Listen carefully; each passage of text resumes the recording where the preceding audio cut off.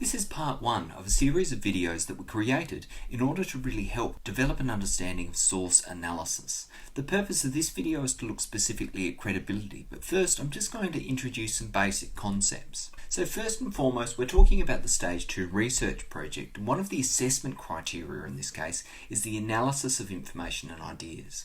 In the research project, it's really important that you can show your critical thinking about the origin of information, that you're not just taking information for granted.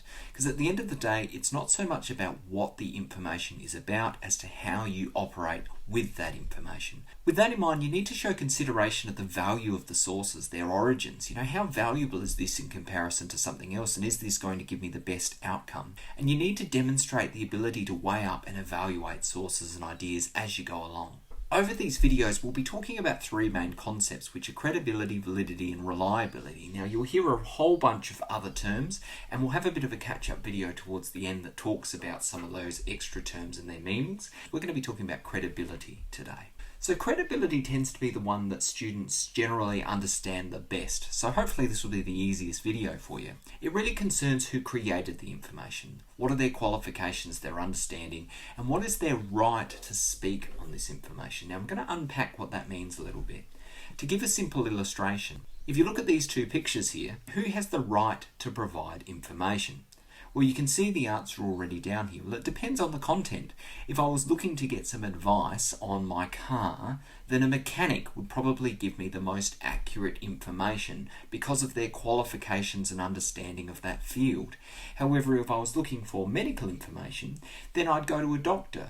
So there's no one rule about who is or isn't more or less credible to talk about everything. It all depends on what the content is. So you constantly have to think about who is it that I should be looking for when it comes to information? Where should this information come from? And what's going to be the biggest element of quality?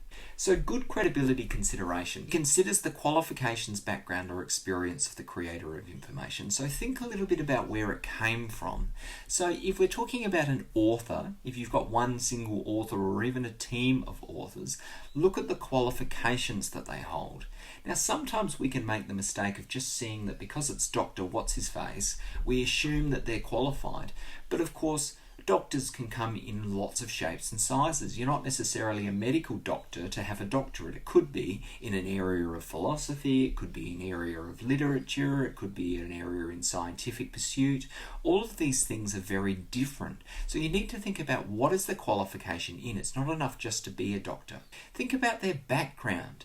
Where have they come from? How long have they been operating? Like, someone might be a doctor in the field you're interested in, but if they've just come out of university, then we would argue that they've naturally got less credibility than someone who's been working within the field for 40 years, and that comes to experience. The experience of the creator is really significant as well. Look for other publications by that person.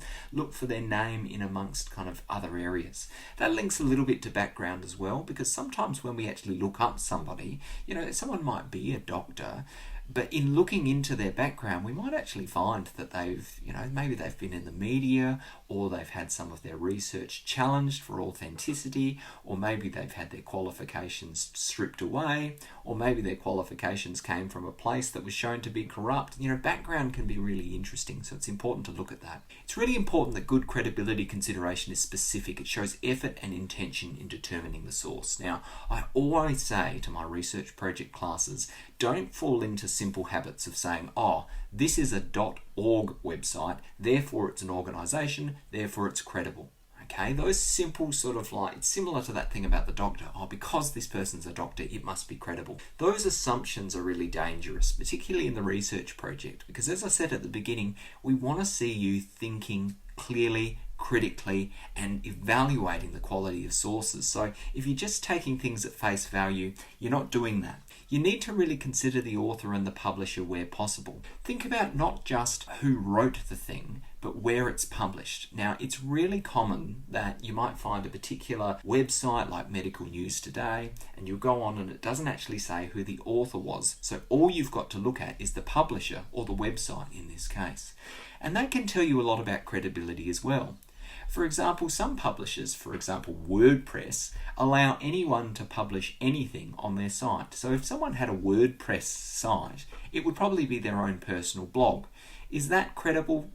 Probably not.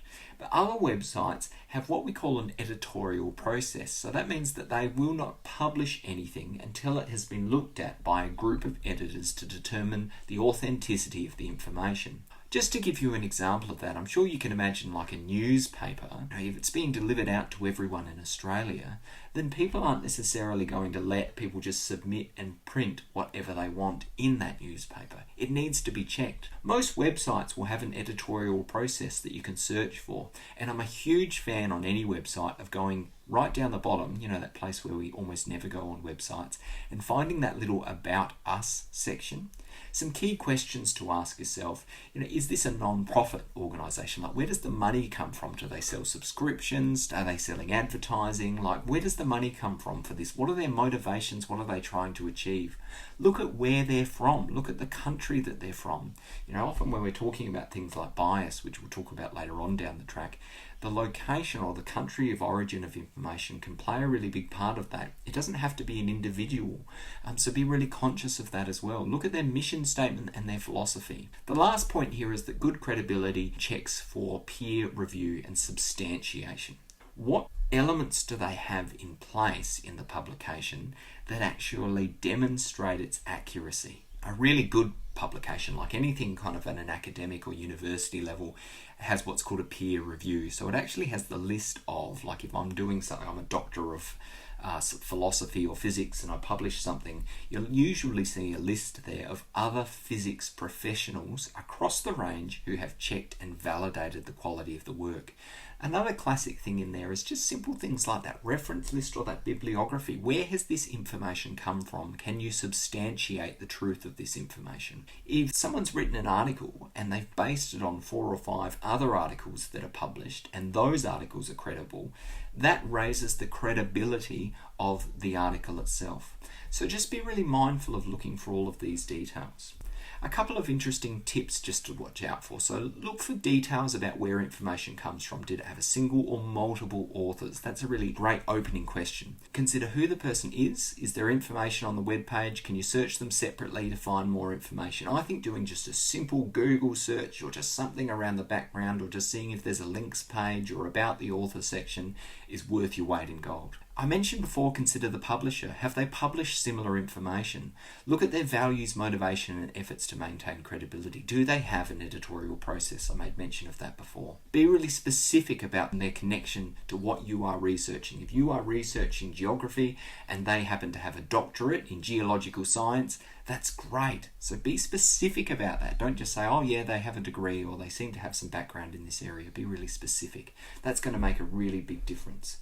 As the last point, just be really conscious of this. This is what we don't want to see when we're talking about credibility in your research project, a lack of information. Okay, so if you don't give us anything about credibility, well, you're not really showing that critical evaluation. Unsuited qualifications, be really careful for this. Sometimes it's really obvious, like if you're trying to find a comment on something political and you get a celebrity to make a comment about it, that's probably an unsuited qualification. But as I mentioned before, some things can be more subtle where you're actually looking for information about geometry and you find that someone has a doctorate in geography. Okay, so watch out for that kind of thing. The lack of experience and lack of publication always reduces credibility. Okay, if this is their first publication, if you've never heard of them up to this point, that's a problem, as is a poor past record. If you kind of bring up these articles that say, disgraced doctor, you publishes false results, then you know straight away that this person isn't going to have a great track record. Look, hopefully these tips have given you a bit of an oversight as to what you can do to improve the quality of your credibility analysis, and I hope to see you bring this into your work moving forward.